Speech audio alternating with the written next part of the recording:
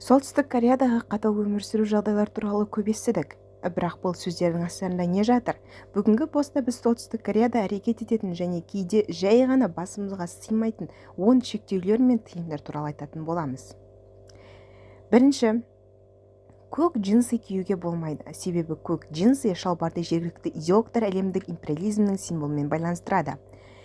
Интернетке кіре алмайсыз, елде тек ішкі желі ғана бар. Онда олардың барлығы бақылаудан өткен. Оның үстіне Солтүстік Кореяда Wi-Fi мүлдем жоқ. Үйде жуынуға болмайды. Суық су әрине пәтерлерде бар, бірақ кәрістер суық душтың орнына қоғамдық моншаға барады. Айтпақшы, пәтерлерде жылу жоқ. Сондықтан Пхеньянның өзінде көпқабатты үйлер пешпен жылытылады. Кока-кола ішуге болмайды. Солтүстік Корея бұл сода сатылмайтын әлемдегі жалғыз ел. Шетелге саяхатқа шыға алмайсыз. Сіз ақша таба аласыз, бірақ билет сатып алып, әлемді көруге баруға тыйым салынады.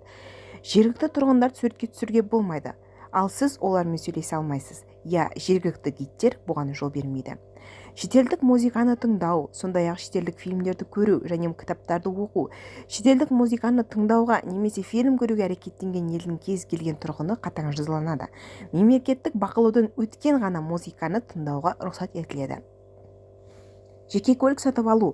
Солтүстік Кореяда елдегі ең жоғары лауазымды адамдар ғана жеке көлігіне ие бола алады. Белгілі бір дәрежеде бұл көліктердің, сондай-ақ пәтерлердің бағасын аспанға көтерілуімен де байланысты. Қарапайым кәріс көліктің жүргізуші орнында көрінсе, түрмеге жабылуы мүмкін. Дінді ұстану. Солтүстік Кореяда сіз ешбір дінді ұстана алмайсыз, сондықтан азаматтардың барлығы дерлік атеист. Осыған байланысты үйде киелі кітапты ұстауға және оны оқуға да тыйым салынады. Бұл елде құлшылық тек оның билеушісі ғана бола алады. Шашты жасатуға тек 28 шаш үлгісі ғана рұқсат етілген. Солтүстік Кореяда мемлекет басшысы Ким Чен Ын жеке өзі жасаған тізімдегі шашты қиюға ғана рұқсат етілген. Көшедегі плакаттарды жырту немесе алып тастау. Солтүстік Корея көшелерінде билік пен бас билеушіні мадақтайтын плакаттар үнемі ілініп тұрады. Бұл плакаттарға қол тигізуге және отынды көп зиян келтіруге қатаң тыйым салынады. Бұл үшін сіз көптеген жылдар бойы түзеу лагерінде қалуыңыз мүмкін. Елден кету. Бұл мақаланы оқығанда сізде сұрақ туындауы мүмкін. Корейлер неге мұндай қатаң шектеулермен елден кетпейді? Өйткені оларға да бұлай істеуге рұқсат жоқ. Дәлелді себептермен арнайы рұқсаты бар адам ғана елден кете алады. Құжаттары болмаса, қашқын бірден ел жауы ретінде қабылданады. Ең жақсысы түрмеде, ал ең нашар жағдайда өлім жазасына кесіледі. Бірақ соған қарамастан, ондаған мың адам бағын сынап туған жерінен қашуға тырысқан. Қашқындар. Елден кетуге әрекет жасау Солтүстік Кореядағы ең ауыр қылмыс болып табылады.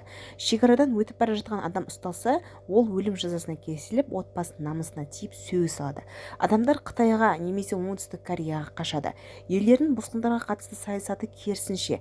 Қытайда адамдар көп жағдайда кері депортацияланады, ал Оңтүстік Кореяда оларға саяси баспана және ақшалай төлемдер беріледі. Солтүстік Кореядан кетуге тырысқандар жиі өледі, әсіресе таудан өту керек болса.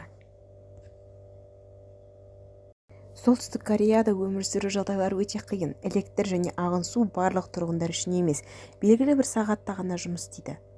Үйлер апатты жағдайда жергілікті қоғамда денсаулар қолданылады. Халықтың 1% ғана жуығы еңбекпен түзеу лагерінде тұрады. Елдің жергілікті тұрғындарының нақты өмір сүру деңгейі бұл елдегі қарапайым адамның өмірімен қарастыратын болсақ, куәгерлер атап өткен бірнеше сипаттамаларды бірден атап өткені жөн. Ең алдымен сирек ерекшеліктерді қоспағанда күріш мен көкөніске негізделген жергілікті тұрғындардың диетасының тапшылығына назар аудару керек.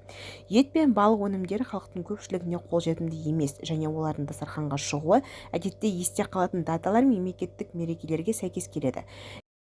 Осылайша Солтүстік Корея өздерінің қатал заңдарымен өмір сүріп келе жатыр.